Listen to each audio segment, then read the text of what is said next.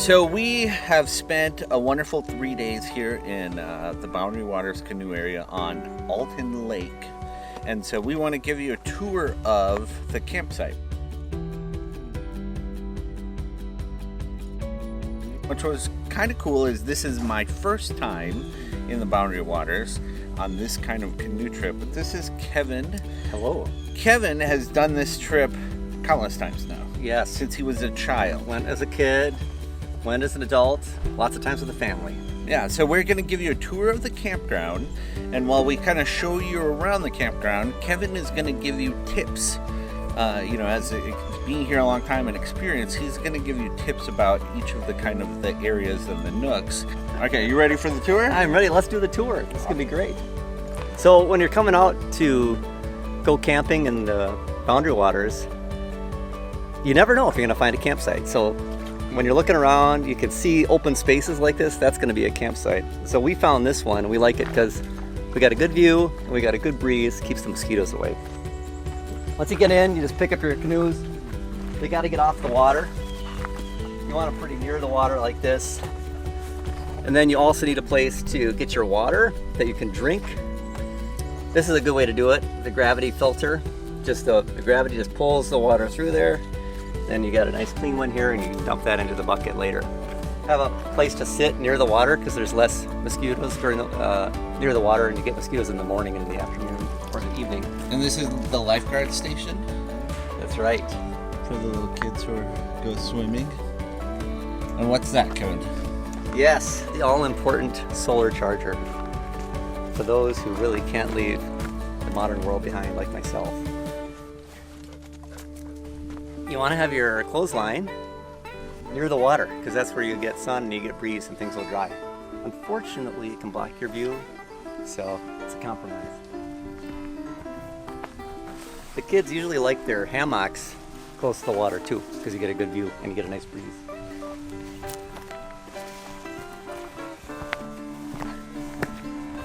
A good site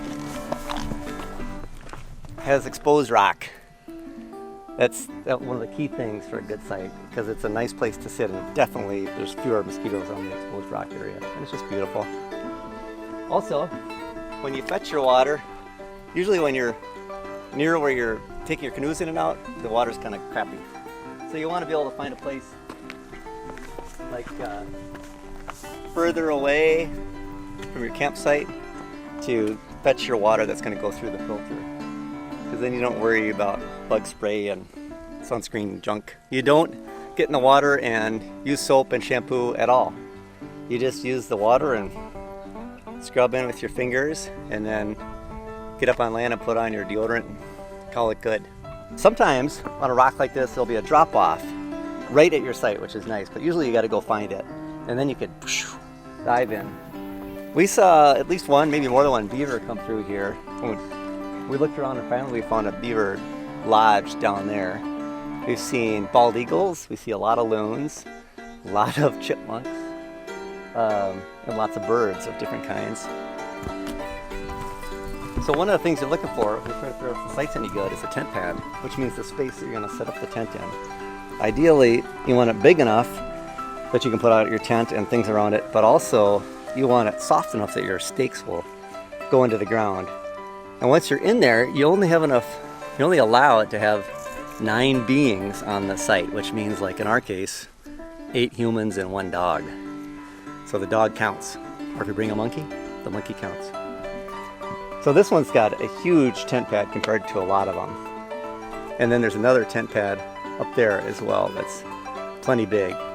And usually you'll find 3 tent pads on a site. And oftentimes they'll be rocky, and this one is just beautiful. So Kevin loaned us his tent that he graduated with. That's right. REI dome tent. And how old is this tent then? Let's see, so I got this in 89 or 90. Yeah, I graduated in 90, but I think I got it ahead of that time. And it still works like a champ. Yes. So you camped with that one for a while. Yeah. And then you decided to go bigger. Yeah, bigger right. Kids, bigger this, right. And cots. Yeah, good. So the old yellow tent we had, which Camilo and Becky and the kids used, we had that when we had kids as well, but eventually once the kids start to get a little big, you notice that the kids are right on top of you. So we wanted to go big, and we decided to go really big, which is this thing that's like an apartment. This is the REI Kingdom 6. They've got a 4, a 6, an 8, and they're awesome, super durable. This little thing here is called the garage. And Hazel likes the garage right here. She's even got her little sleeping space right here. But the best thing about the garage is that if it rains, you got a place to throw all your stuff. And inside the Kingdom, we got space, plenty of space for 2 on one side, 2 on another. You can even set up with a separator. So if you have like, you know, people that don't know each other and they want a little privacy, no problem. You put that thing down, you're all set. You can hang up your clothes in here so they air out a little bit. And you got pockets all around for your headlamps and your books and your hearing things or your hat or whatever you need. Bianca and I use cots just to be a little more comfortable, but it also makes a space for you to stuff your things underneath. And it keeps the dog off us, which is nice. The dog will sleep down there at the end.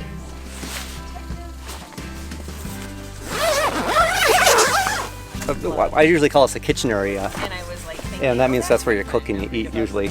And it's a good idea to have a place to keep the rain off of you, and then also to keep the sun off of you if it's not raining.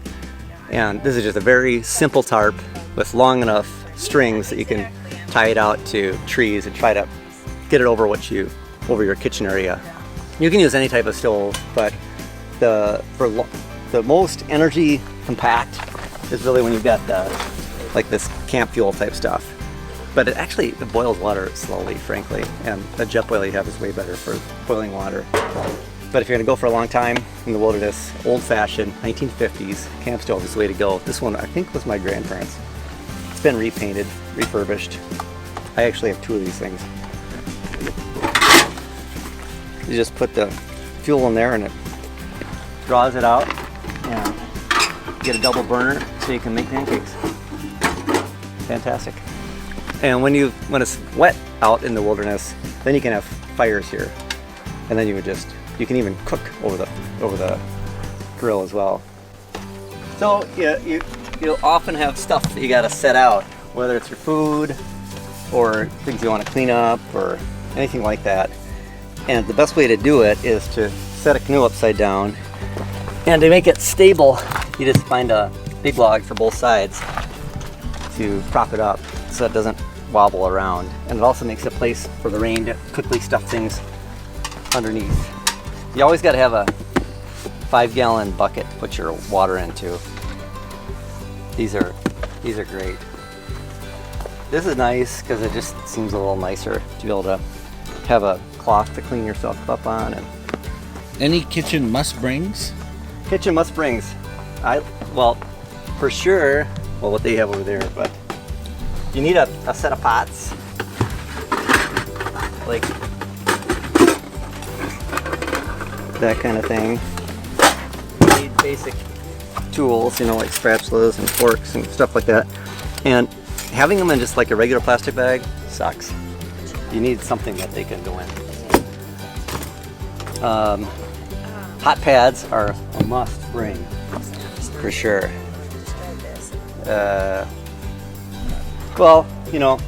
And then having some kind of thermal cups is really helpful. And it's always good to travel with your dishwashing crew. Can you pass me that mug with the green handle? Is that dirty? Nope. Oh, okay. So you guys are doing after breakfast dishes, right? Yes, double rinse. So, Bianca, can you explain the steps? Lake water in the dish bin, and then lake water in the pails, and then they get double rinsed. And none of this water, when we're done, goes back in the lake. It all goes like 50 yards from the lake to be disposed of. So those yellow things, they're just like completely collapsible and very durable. I don't know where the hell they came from. Again, probably grandparents. I don't know. collapsible buckets. Yep. All right, so then for food, we brought one of those, which is a Duluth pack full of food, right? Yep. And then you guys have a bear bin. Yeah, and the reason, if you're going for more than a couple nights, that you want a bear barrel is you always have to keep your food away from bears, and hoisting up a really heavy bag really stinks. And we'll show you what that means in a minute. It gets really hard. So you want to have one source of food in for putting your toiletries in, or two, like the little tiny one over there, that you can put in things that you don't have to hoist up, like your toiletries as well. And Bianca, you carry a cooler? Yes, over there, just this. Pride and joy. It's your pride and joy. And your key secret there is? Finding a 10-pound ice block. Not a bag of ice, but a block, a solid block. And this is our 3rd day or 4th day. Still cool down It's there. our 4th day, and there's still some ice left in there. Keep it in the shade. And keeping it in the shade, sure enough. Don't open it frequently. Yes. Yeah. So we've done a lot of meals, and Bianca laid out all the meals for us each night, the hot dinners. And I really liked is she packed them all together in one bag with all the ingredients. So each meal had its own bag. Yeah, each meal had its own bag. Yeah. So Becky, this is your first time in the Boundary Waters. Anything you wish you would have brought? I wish maybe a small folding table for more counter space and like dish Oh, that's space. cool. Like those guys had when they were cutting the fish. Yeah, That was really nice. yeah, like a collapsible ironing table. board I think that's the only thing I can think of. I mean, we're so well stocked We here. had one in our backyard. That's right. The circle one. Yeah, that's true. And the gray one. Yeah, we could have brought those on. This was a huge gain. We used to try to use like a hatchet or a crappy like little hand, like a long knife sort of thing. This is called the Big Boy Silky Folding Saw. About $70 on Amazon. And it's just incredible.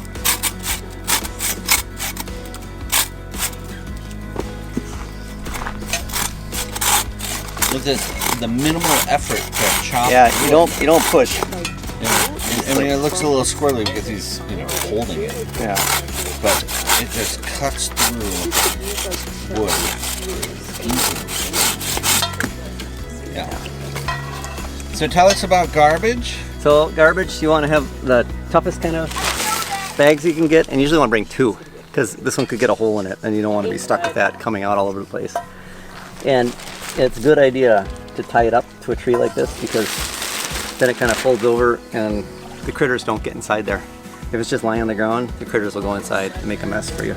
And every night when you pack it up, Yep. roll it up and hang it with in the Duluth pack. Yep, and you want it in, because again, critters can crawl up on there and dig into your trash bag and make a mess. This was a big improvement. We used to use like a Ziploc bag. This thing's way better, because you can have your toilet paper that you need right there. Stays dry, rain or shine. And then it also is easy to manage when you're up there using the toilet, because you can just have it here while you're sitting down and there's nothing to put it on. And having a little hand sanitizer afterwards is always nice. Having this toilet thing right here, the toilet paper thing right here, is also a nice sign for people to know that the bathroom's open. If it's gone, someone's using it. Okay, good. Right after you get into your site, you get your tent set up, then you put up your bear bag. You gotta find a tree with a branch that's easy to get a rock over. And that's the hard thing. Like a lot of these are tight little pine trees like this, they're terrible. You need something like this. Once you get it up and you get your pulleys set up as we showed you, then you're all set to be able to use your carabiner and attach this to your bags. And then we've got down and up and down. And why do we got all that? Well, because you can just like have no pulleys at all and just pull up against there, but then it's just, there's so much tension and so much friction on the trees that it makes it really hard to go. So it's much easier to have, like here we got 3 pulleys and it comes back down. And then you can just go straight up with this thing, pull up your bags. Your bags are here like that. Get up high, and then pull it out away from the other tree. I think it's supposed to be about 10 feet off the ground and 10 feet from the tree to keep the bears away. Never seen a bear in here, but you never know. So, Kevin, tell us about the toilet. We're not going to show the toilet because it's literally just a toilet stump. Well,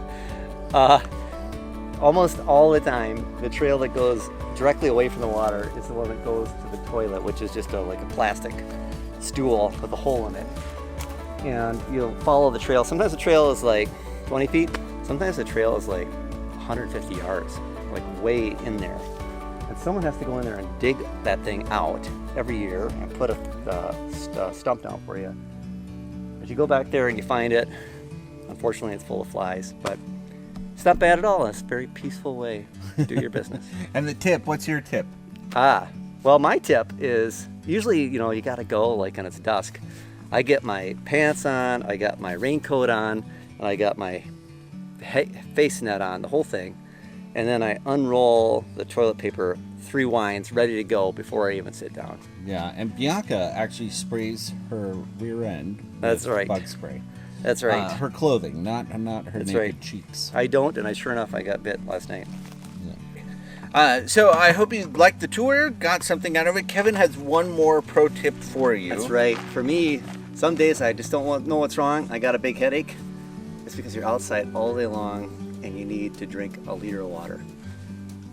Then the headache will go away. Yeah, drink water. And I think, what's been, for new people, great is they pretty much always have that 5-gallon jug of water, half full or nearly full. And they're always filtering water, so we have fresh water to drink at all times. Yeah, you want to feel water rich. If you feel water poor, you get panicky. Yeah, no panic.